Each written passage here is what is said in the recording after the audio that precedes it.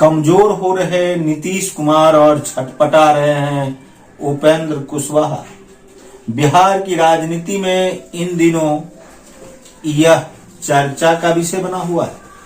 आखिर उपेंद्र कुशवाहा, जिन्होंने 1985 में राजनीति की शुरुआत की थी और 1960 में उनका 6 फरवरी को जन्म हुआ था, भारत में लोकतंत्र की जननी कहा जाने वाला वैशाली जिला, जहां उनका जन्म स्थान है और कर्म क्षेत्र भी।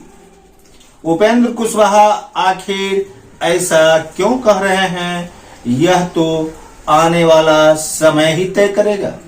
लेकिन उपेंद्र कुशवाहा की छटपटाहट, नीतीश कमजोर हो रहे हैं, यह चिंता का विषय है या कुछ और? दो तरफा राजनीति में जहां नीतीश कुमार कह रहे हैं कि वे कई बार जेडीयू को छोड़कर गए हैं और फिर जेडीयू में वापस भी आए हैं, यदि उन्हें किसी दल में जाना ही है तो वे जा सकते हैं, जबकि उपेंद्र कुशवाहा कह रहे हैं कि वे दल के अंदर रहकर जेडीयू को मजबूत करेंगे और जेडीयू में नीतीश कुमार को दरकिनार करना फिलहाल बूते से बाहर की बात है। लेकिन यह क्या मामला है, इस पर एक नजर हम डालते हैं। बिहार में 12% लव कुश के वोट हैं। लव अर्थात कुर्मी, कुश अर्थात कुशवाहा। नीतीश कुमार कुर्मी बिरादरी से आते हैं, उपेंद्र कुशवाहा कुश बिरादरी, कोयरी बिरादरी से आते हैं। कोयरी बिरादरी का वोट 9% है, जबकि कुर्मी बिरादरी का वोट 3 से 4% है। विगत 18 वर्षों से कुर्मी अर्थात लव के तौर पर नीतीश कुमार बिहार में राज कर रहे हैं। उपेंद्र कुशवाहा, जो कि 2000 में विधानसभा के रास्ते उपनेता बने थे बिहार में और मुख्यमंत्री बनते बनते चूक गए थे। 2005 का फरवरी और नवंबर का चुनाव यदि उपेंद्र कुशवाहा जीत गए होते तो आज वे कुशवाहा समाज से मुख्यमंत्री होते। लेकिन 2005 में उपेंद्र कुशवाहा जब चुनाव हार गए तो वे पीछे खिसक गए और नीतीश कुमार मुख्यमंत्री की कुर्सी पर काबिज हो गए। जो समीकरण बना था उस हिसाब से कुशवाहा की राजनीति नीचे खिसक गई।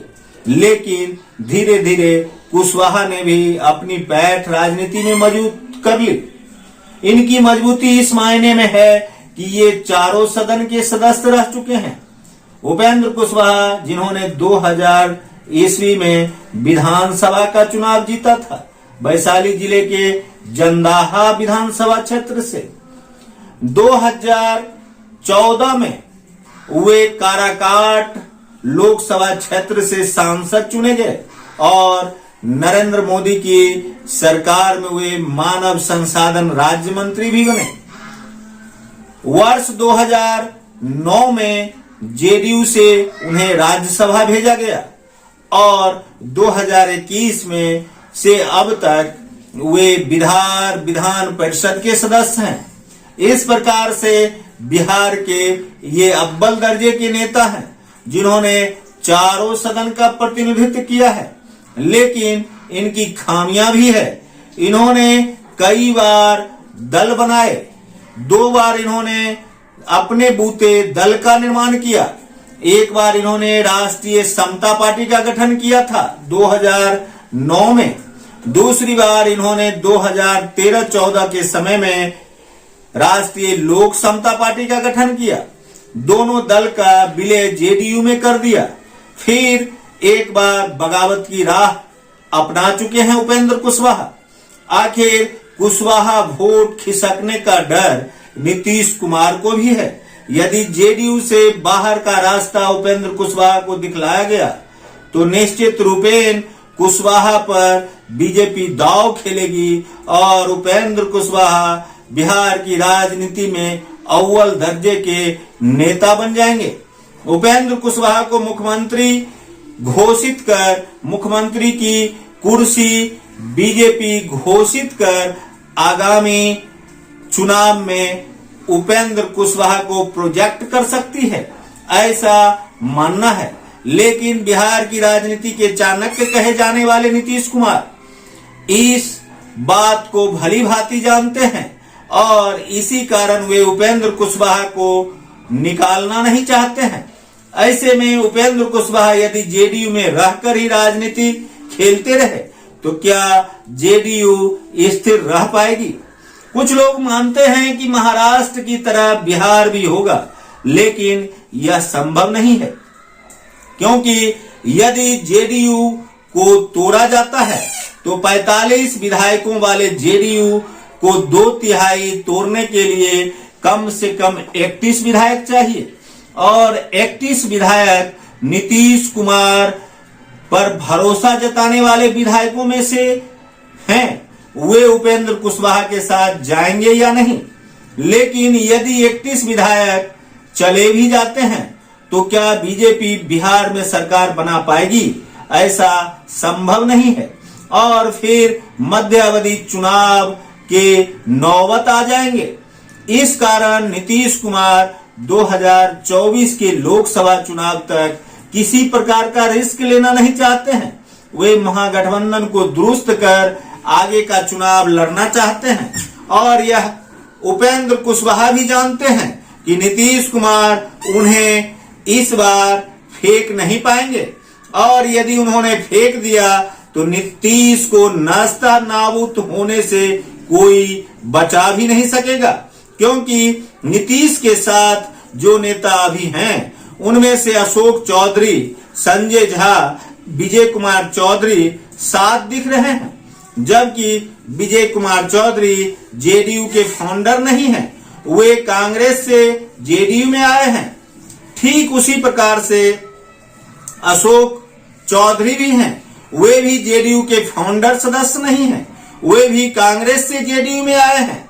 संजय झा भी जेडीयू के फाउंडर सदस्य नहीं हैं, वे भी बीजेपी से आए हैं। इस प्रकार से नीतीश कुमार के इर्द गिर्द दिखने वाले ये नेता जेडीयू के हैं ही नहीं।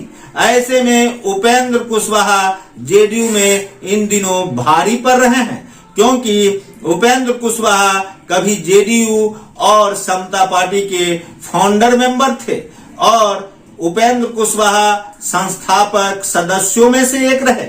भले ही उन्होंने जेडीयू को कई बार अलविदा कहा है, लेकिन वर्तमान समय में जेडीयू से मक्खी की तरह निकालकर फेंक देना जेडीयू के नीतीश कुमार के बूते से बाहर की बात है। इधर बीजेपी कुशवाहा मिसाइल की बदौलत जेडीयू को हिरोशिमा बना देना चाहती है, क्योंकि अब बीजेपी जानती है कि उन्हें नीतीश की नहीं बल्कि तेजस्वी से आर पार की लड़ाई लड़नी है और बिहार में जिस जंगल राज के खिलाफ नीतीश ने बगावत शुरू किया था 1994 में, उसका पटाक्षेप अब बीजेपी करेगी। इस प्रकार का एक बेहतरीन खेल बिहार की राजनीति में चल रहा है और उसके सबसे बड़े खिलाड़ी के तौर पर उपेंद्र कुशवाहा ने पासा फेंक दिया है। यदि वे जेडीयू में भी रहे तो उन्हें मुख्यमंत्री का पद चाहिए और यदि उन्होंने जेडीयू से बाहर का रास्ता देखा तो उन्हें बीजेपी मुख्यमंत्री के रूप में प्रोजेक्ट कर सकती है। इस प्रकार से एक गेम चेंजर प्लान बिहार में चल रहा है, जिसमें नीतीश कुमार नस्त नाबूद होते हुए दिख रहे हैं।